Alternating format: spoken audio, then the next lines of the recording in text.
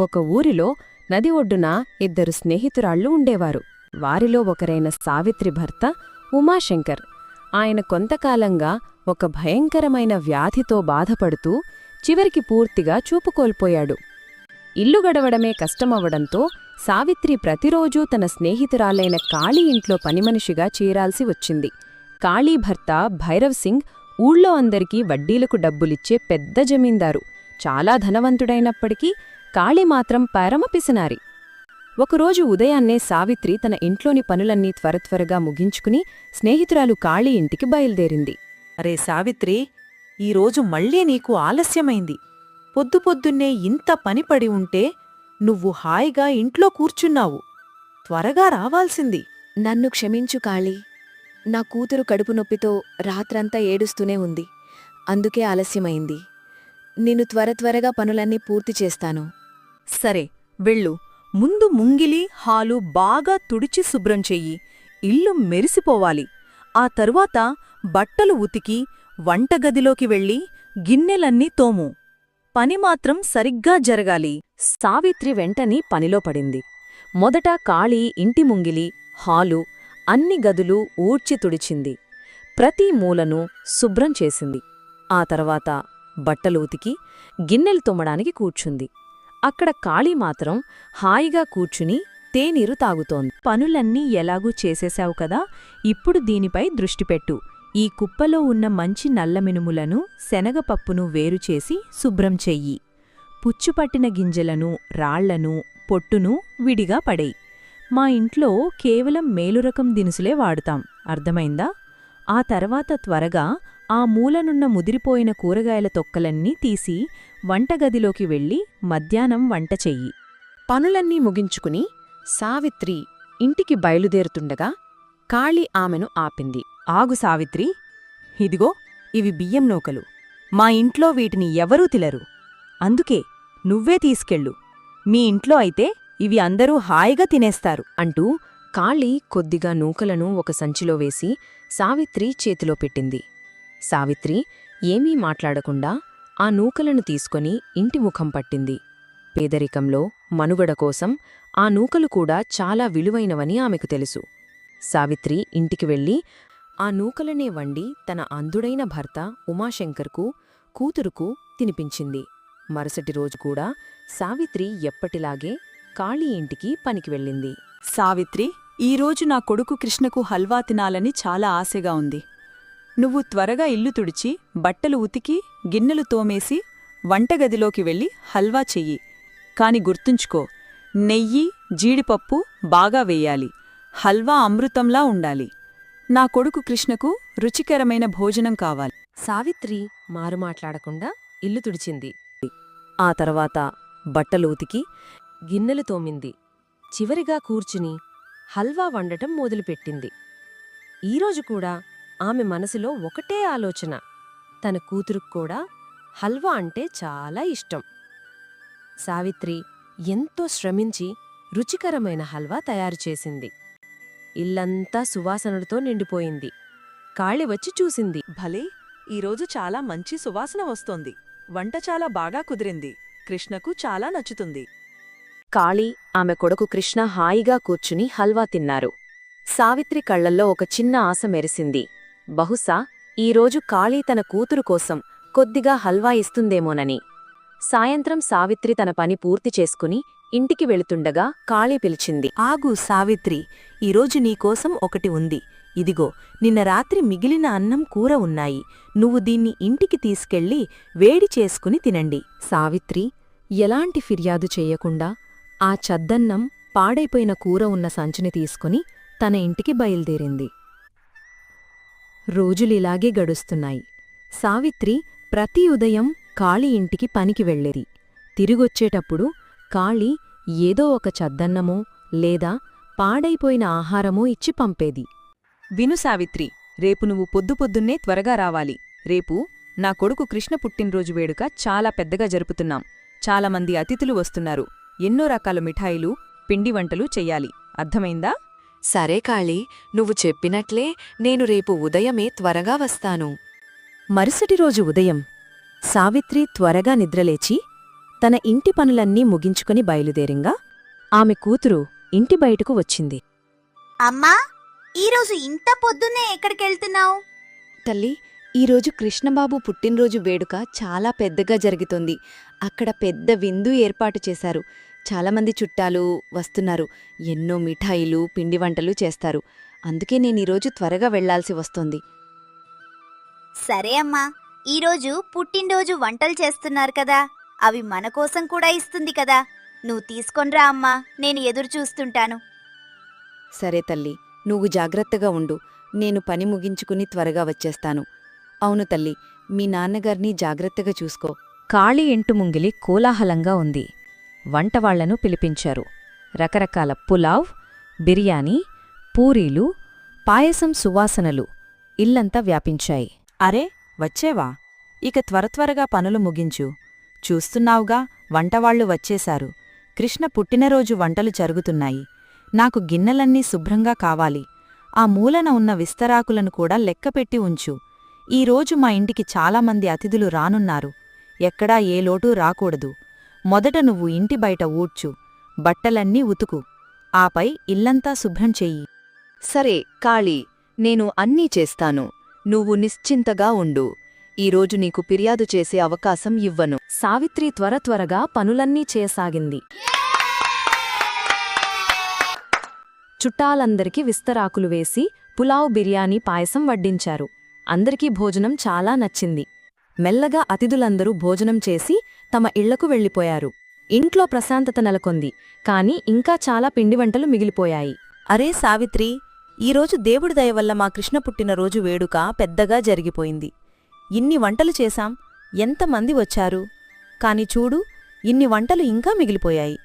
నువ్వు ఒక పని చెయ్యి, వీటన్నింటినీ తీసి వంటగదిలో జాగ్రత్తగా సర్దు. మా ఇంట్లో అయితే చెద్దన్నం ఎవరూ తినరు కాబట్టి నిన్నటి చెద్దన్నం, ఆ పాడైపోయిన కూర ఉంది చూడు, అది నువ్వు నీ ఇంటికి తీసుకెళ్ళి నీ కూతురుకు పెట్టు. కాళీ ఇచ్చిన ఆ చద్దన్నం సంచిని తీసుకుని సావిత్రి నిశ్శబ్దంగా ఇంటికి బయలుదేరింది.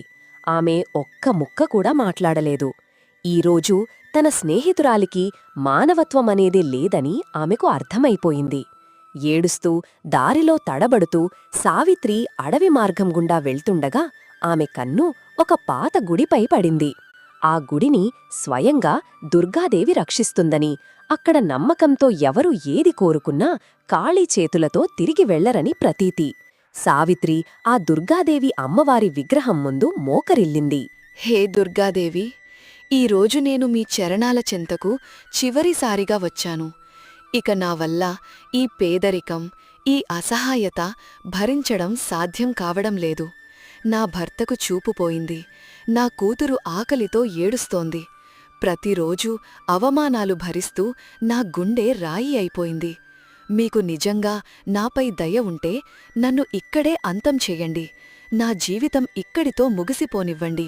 నా బిడ్డ ఇకపై నా కళ్లలోని కన్నీళ్లను చూడకూడదు. ఈరోజు కూడా ఆ అమాయకురాలు నేను పుట్టినరోజు వంటలు తెస్తానని ఎదురుచూస్తూ ఉంటుంది. కాని నేను కేవలం ఈ చద్దన్నం, పాడైపోయిన కూర తీసుకుని వెళుతున్నాను.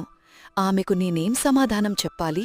దుర్గాదేవి, ఇక చాలు, నాకు ఈ జీవితం నుండి విముక్తి ప్రసాదించండి. సావిత్రి అన్న ప్రతి మాట దుర్గాదేవికి చేరింది. అమ్మవారి కళ్లలో కరుణ కురిసింది. సావిత్రి ఏడుస్తూ అక్కడ్నించి వెళ్ళిపోతుండగా అకస్మాత్తుగా దుర్గాదేవి విగ్రహం చుట్టూ ఒక తెల్లని దివ్యకాంతి వ్యాపించింది. అది అమ్మవారి ఆశీర్వాదం. సావిత్రి తన ఇంటి ముందుకు చేరుకోగానే ఆమె కూతురు తలుపు దగ్గర కూర్చుని ఎదురుచూస్తోంది. అమ్మా, నువ్వొచ్చావా? చూడు, నేను నీకోసం ఎంతసేపటి నుండి ఎదురుచూస్తున్నానో. నాకోసం వంటలు, మిఠాయిలు తెచ్చావా అమ్మా? త్వరగా మూట విప్పు. ఈరోజు నేను మంచి వంటలు తినాలి. సావిత్రి వణుకుతున్న చేతులతో ఆ మూట విప్పింది. అంతే, అక్కడొక అద్భుతం జరిగింది. ఆ మూటలో ఎన్నో రకాల తాజా పులావ్, బిర్యానీ, పాయసం, లడ్డూలు, కచూరీలు కనిపించాయి. ఆమె కూతురు సంతోషంతో ఎగిరి గంతేసింది. హే భగవంతుడా, ఇది ఎలా సాధ్యం? నేను కేవలం చద్దన్నం కదా తెచ్చింది. ఇవన్నీ ఎక్కడి నుండి వచ్చాయి? సావిత్రి ఆశ్చర్యపోయింది. ఆమె మెల్లగా ఇంటి లోపలికి వెళ్ళింది. అక్కడ ఉన్న దృశ్యాన్ని చూసి ఆమె కళ్ళు బైర్లు కమ్మాయి.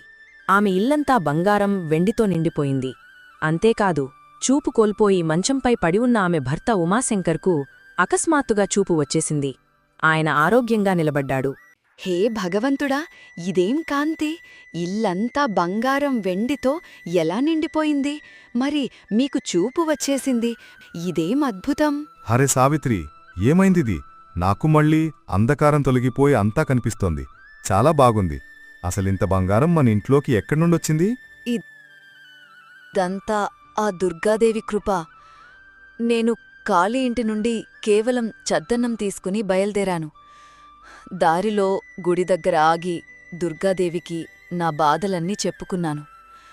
అమ్మవారు నా మొర ఆలకించారు. చూడు, ఆమె కృప వల్ల ఈరోజు మన జీవితమే మారిపోయింది.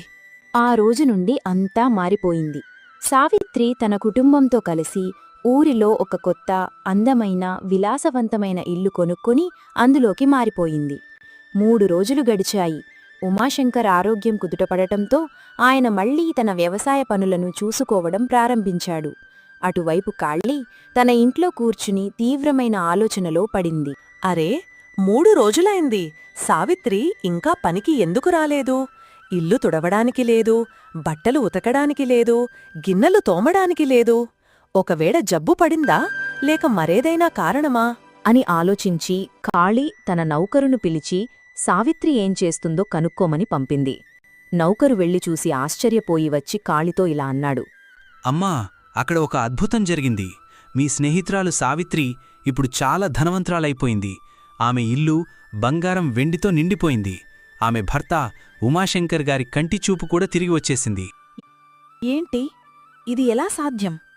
నేను ఆమెను పంపించేటప్పుడు కేవలం చద్దన్నం కదా ఇచ్చాను. మరి ఇంత ఐశ్వర్యం సంపద ఎక్కడ నుండి వచ్చాయి? ఆ పనిమనిషి అకస్మాత్తుగా అంత ధనవంతురాలు ఎలా అయ్యింది? ఈ రహస్యం నేను తెలుసుకోవాల్సిందే. ఆ సాయంత్రం కాళీ తన భర్త భైరవ్ సింగ్కు ఈ విషయం చెప్పింది. వింటున్నారా? మా స్నేహితురాలు సావిత్రి అకస్మాత్తుగా ధనవంతురాలయ్యింది. ఆమె విరిగిపోయిన ఇల్లు ఇప్పుడు భవనమైపోయింది. ఆమె భర్త ఉమాశంకర్ కంటిచూపు కూడా తిరిగి వచ్చింది. నాకైతే అస్సలర్థం కావడం లేదు. రాత్రికి రాత్రే ఇలాంటి అద్భుతం ఎలా జరిగిందో. అరే షబ్బాష్, ఇది చాలా మంచి విషయం. నీ స్నేహితురాలు ఎన్నో కష్టాలు పడింది. నువ్వే వెళ్ళి ఆమెను అడుగు, ఇదంతా ఎలా జరిగిందో తెలుసుకో. కాళీ ఎలాగైనా ఈ రహస్యాన్ని తెలుసుకోవాలని సావిత్రి ఇంటికి వెళ్ళింది. అక్కడ సంపద చూసి అసూయతో ఇలా అడిగింది. అరే సావిత్రి, నువ్వు పనికి రావడం లేదు కదా, అందుకే నీ గురించి ఆందోళన కలిగి నిన్ను చూడటానికి వచ్చాను. కాని ఇదంతా ఎలా జరిగింది? నువ్వు ఇంత ధనవంతురాలివి ఎలా అయ్యావు? నాక్కూడా చెప్పవా? రాత్రికి రాత్రి ఏం జరిగింది? కాళీ, నువ్వు ప్రతిరోజూ నాకిచ్చే ఆ చద్దన్నం, పాడైపోయిన కూర తీసుకుని నేను ఇంటికి వెళ్తుండగా దారిలో నన్ను దుర్గాదేవి అమ్మవారు కరుణించారు. నేను నా కష్టాలన్నీ ఆమెకు చెప్పుకున్నాను. ఆ దుర్గాదేవి కృపవల్లే ఇదంతా మారిపోయింది. సావిత్రి కొత్త ఇల్లు, ఐశ్వర్యం చూసి కాళికి అసూయ మరింత ఎక్కువైంది. ఆమె తన భర్త భైరవ్ సింగ్తో అంది. వినండి, సావిత్రి అంత ధనవంతురాలు ఎలా అయ్యిందో నాకు తెలిసింది.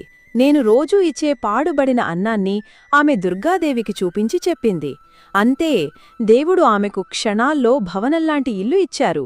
మనం కూడా అలాగే చెయ్యాలి. అరే పిచ్చిదానా, మనం ఇప్పటికే జమీందారులం, సుఖంగా ఉన్నాం. భగవంతుడు మనకు అన్నీ ఇచ్చాడు. మనం వడ్డీల వ్యాపారంతో బాగానే సంపాదిస్తున్నాం. ఇంత అత్యాశ మంచిది కాదు. అత్యాశ ఎప్పుడూ మనిషిని నాశనం చేస్తుంది. లేదు, నేనేమి వినను.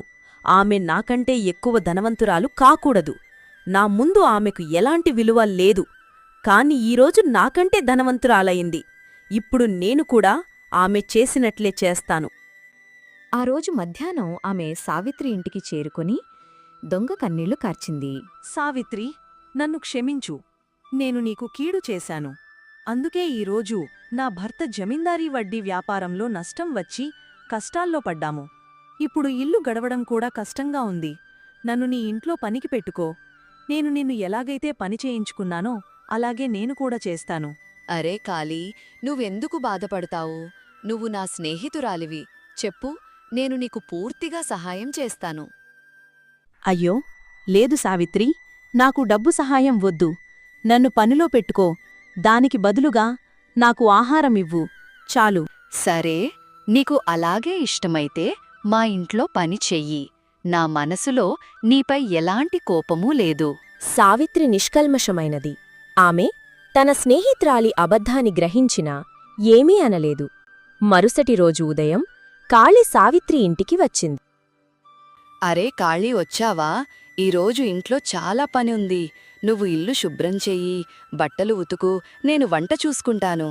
సరే సావిత్రి, నేను అన్నీ చేస్తాను. నీ ఇల్లంతా శుభ్రం చేస్తాను.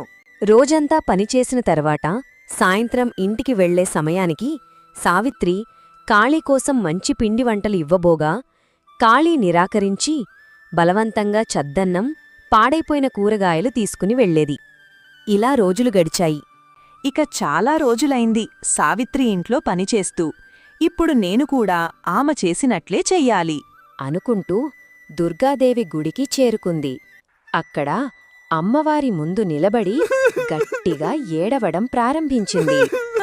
దుర్గాదేవి, నేను చాలా పేదరాలిని. నా జీవితంలో కేవలం దుఃఖమే ఉంది.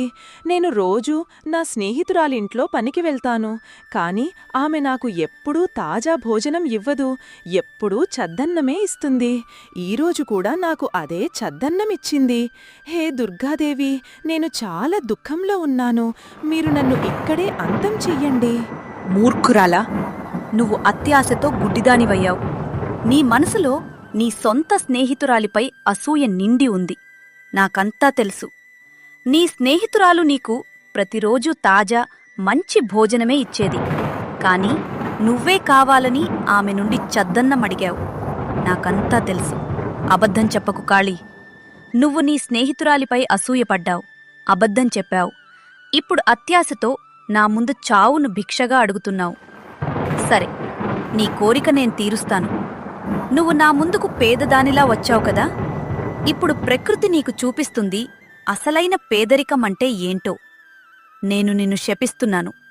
నీ విలాసవంతమైన జమీందారీల్లు ఒక చిన్న గుడిసెగా మారిపోవుగాక. నీ ఇంట్లోని బంగారం, వెండి అంతా ఇటుకలు, రాళ్లుగా మారిపోవుగాక. అరే కాళీ, ఇదంతా ఎలా జరిగింది? మన ఇల్లు ఈ గుడిసెగా ఎలా మారింది? నాకేమీ అర్థం కావడం లేదు. అసలు నువ్వు ఏం చేశావు? నేను ముందే చెప్పాను కదా కాళీ, అత్యాశ పడకు అని. ఈ రోజు నీ అత్యాశ వల్ల నా జీవితకాల కష్టం, నా జమీందారీ వడ్డీ వ్యాపార సంపాదన అంతా మట్టిపాలయింది. నేనేం పాపం చేశానో నీలాంటి అత్యాశగల దానితో నా పెళ్ళయ్యింది. ఈ అత్యాశ వల్ల ఆమె విలాసవంతమైన జీవితం, ధనదౌలత్, భర్త ప్రేమ అన్నీ కోల్పోయింది. ఈ విధంగా అత్యాశ, అసూయతో గుడ్డిదైన కాళీ తన చేతులతో తన జీవితాన్ని నాశనం చేసుకుంది.